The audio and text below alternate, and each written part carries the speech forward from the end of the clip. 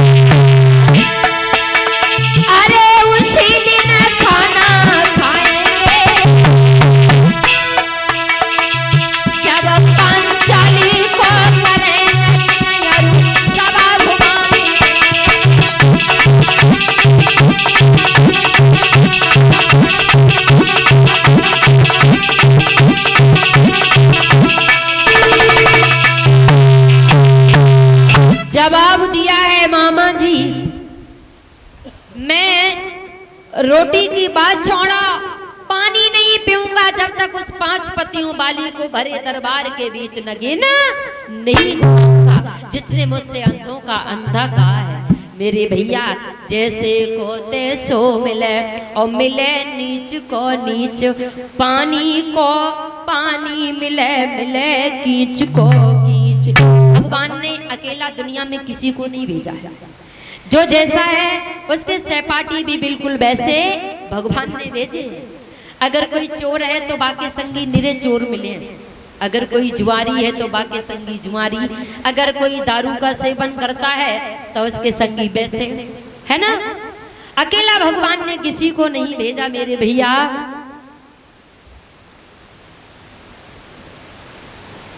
इसलिए जैसे ही दुर्योधन ने बात कही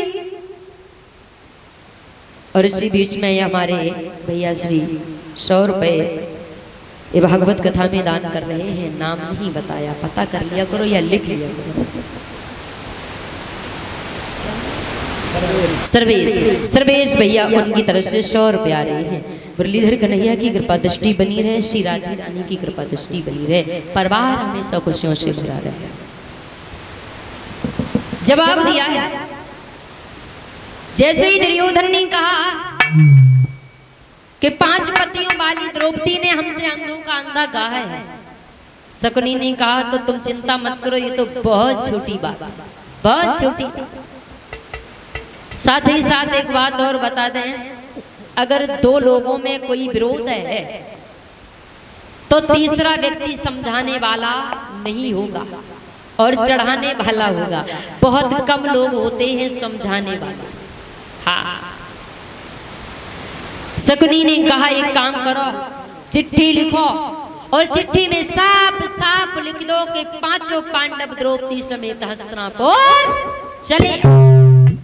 वही किया, दुर्योधन ने चिट्ठी लिखी और जब चिट्ठी लिखी, चिट्ठी में साफ साफ लिखा कि 5 पांडव द्रौपदी समेत हस्तिनापुर चले आओ। भाईचारा भाई का रिश्ता ऐसा होता है। 5 पांडव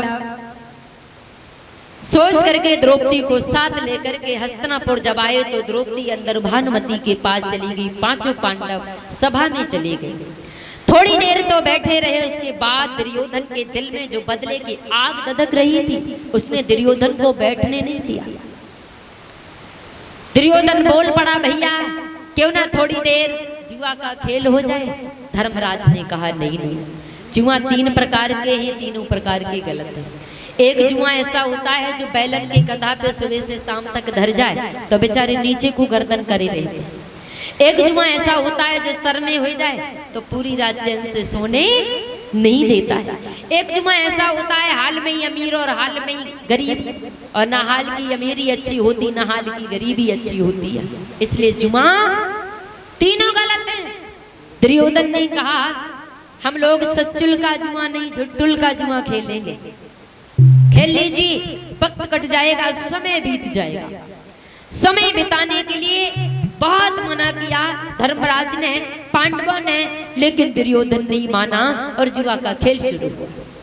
जब जुआ का खेल शुरू हुआ, पांडव जो लगते थे हारते जाते थे, जो लगते थे हारते जाते थे। अंत में सब हार गए, खुद को हार गए। और जब खुद को हार गए तो दुर्योधन ने कहा भैया तुम्हारे पास एक ऐसी चीज बची है जिसे दांव पे रखने से तुम्हारी सारी चीजें वापस आ जाएंगी। तो पूछा है धर्मराज ने कौन सी ऐसी चीज है। जवाब दिया द्रौपदी। नहीं, द्रौपदी इस कुल की पुत्र वधू है, हम द्रौपदी को दांव पे कैसे रख सकते हैं। जवाब दिया द्रौपदी को दांव पे रखने से तुम्हारी सारी चीजें वापस आ जाएंगी। मेरे भैया एक कवि कह रहा है पाप का बाप है लालच, और लालच में पड़ करके प्राणी कुछ भी कर सकता है। लालच में पड़ करके द्रौपदी को दांव पे रख दिया, द्रौपदी को भी हार गई। और जब द्रौपदी को हार गए तो दुर्योधन ने दुशासन को इशारा किया और कहा भैया उस 5 पतियों बाली को खींचते हुए दरबार में लेकर गया। दुशासन जब गया, भानुमति के पास बैठी द्रौपदी के केस पकड़ के लेकर के जब चला तो द्रौपदी ने एक बात कही, दुशासन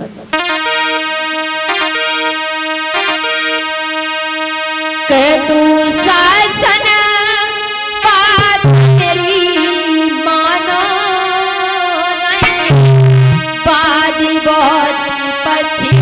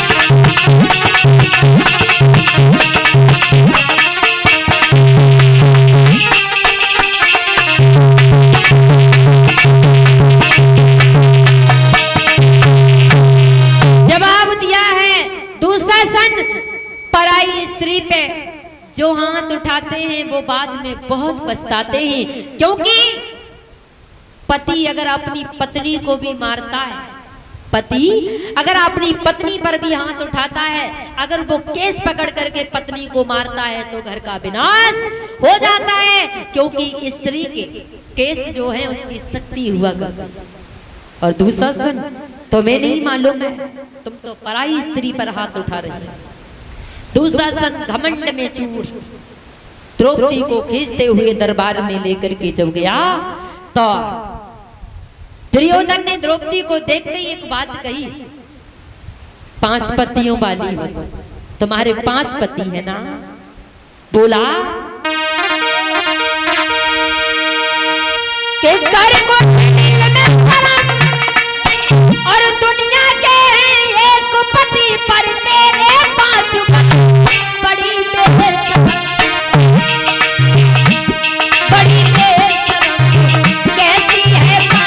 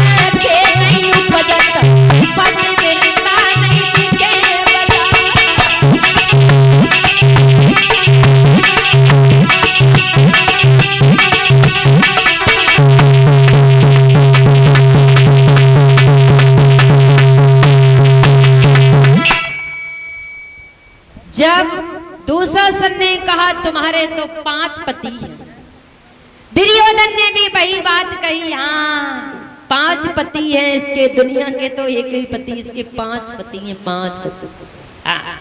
कोई बात नहीं, तुम्हारे पति हैं 5, इन्हें दिखाई देता है, और हमारे जितने भाई हैं इनको दिखाई नहीं देता, सब अंधे हैं। और ये हम नहीं कह रहे, ये तुम ही ने कहा था कि अंधों के अंधे होते हैं।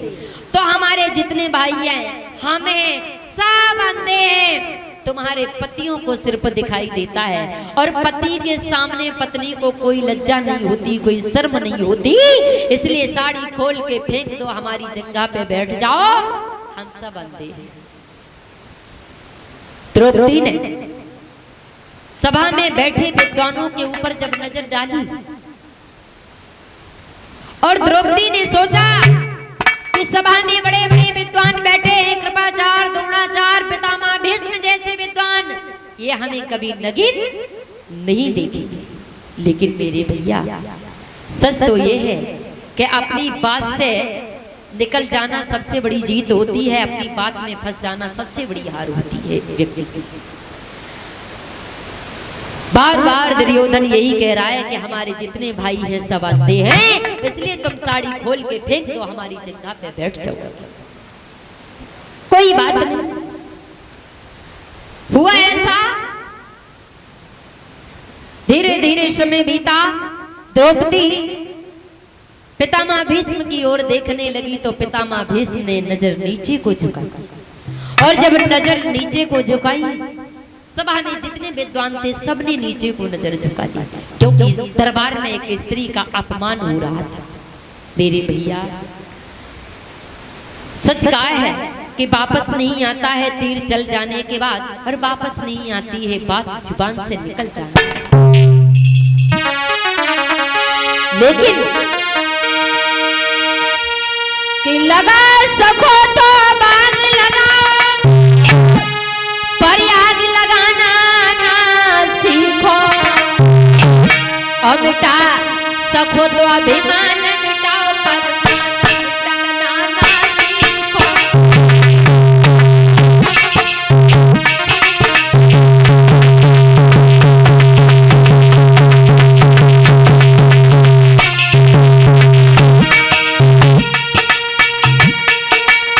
लगा सको तो बाग लगाओ, आग लगाना ना सीखो, मिटा सको तो अभिमान मिटाओ, परमान मिटाना ना सीखो।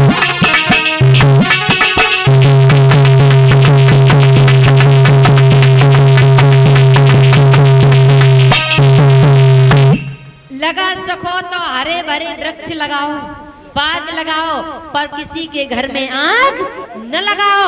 अगर कुछ मिटाना चाहते हो तो अपने अंदर छुपे अभिमान को मिटा दो, पर पराये सम्मान को मत मिटाओ।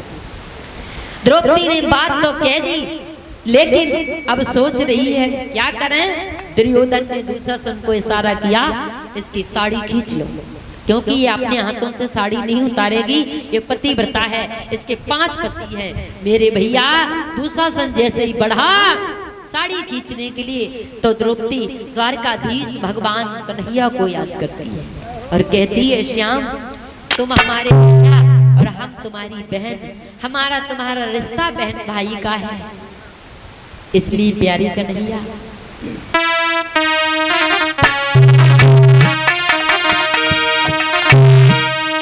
कि कहाँ जा छुपे हो प्यारे कन्हैया,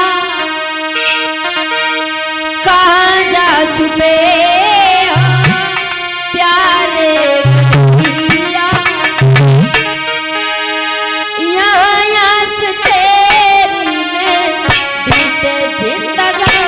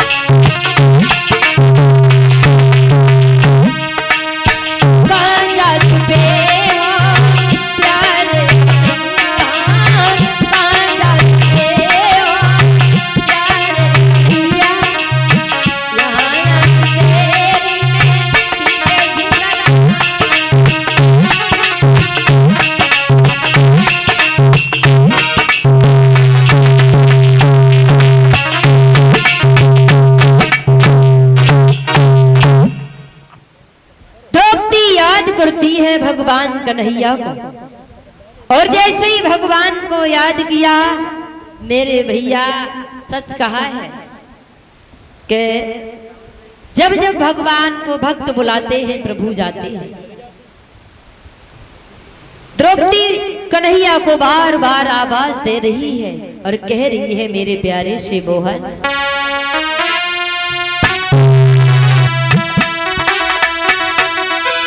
अरे बैठे परिवारी कन्हैया, हमारे 5 पति हैं, 5 पति हमारे मौन बैठे हैं और दुशासन साड़ी खींच रहा है, आपके सिवा हमारा कोई नहीं है मेरे प्यारे मोहन।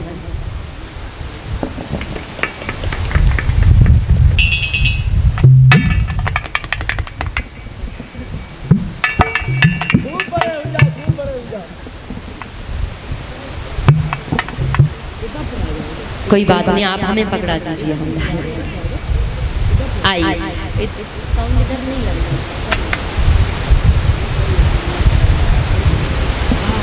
चलिए आप देखिए, हमारी पार्टी को अगर कोई कष्ट होता है तो वो कष्ट हमें होता है। हालांकि सभी भक्त हमारे हैं, लेकिन ये भैया चिमटा वाले की पार्टी है, ये हमारी है। दर्द हमारे नहीं होता है।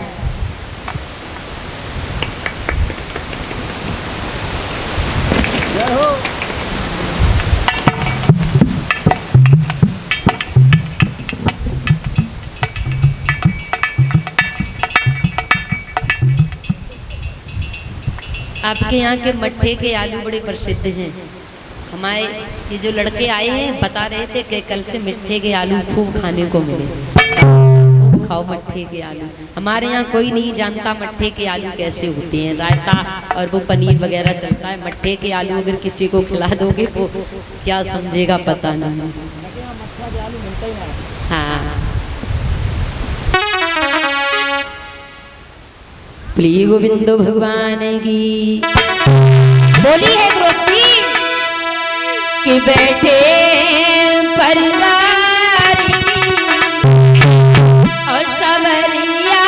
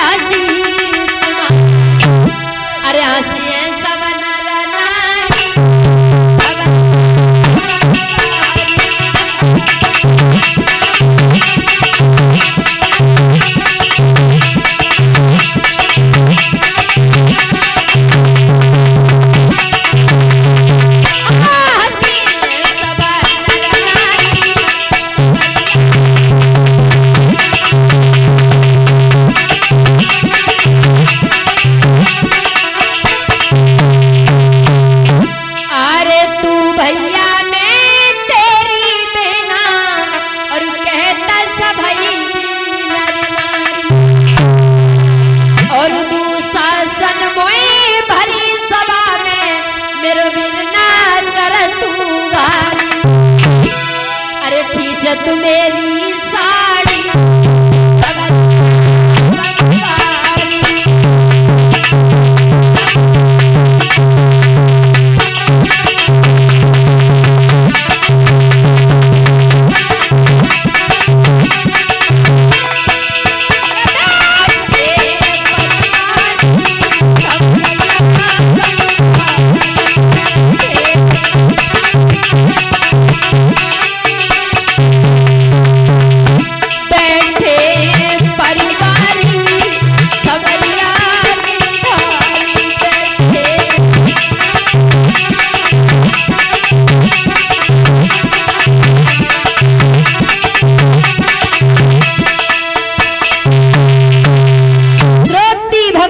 कन्हैया को पुकार रही है और कह रही है, श्याम मैं तेरी बहन, तू मेरा भैया है।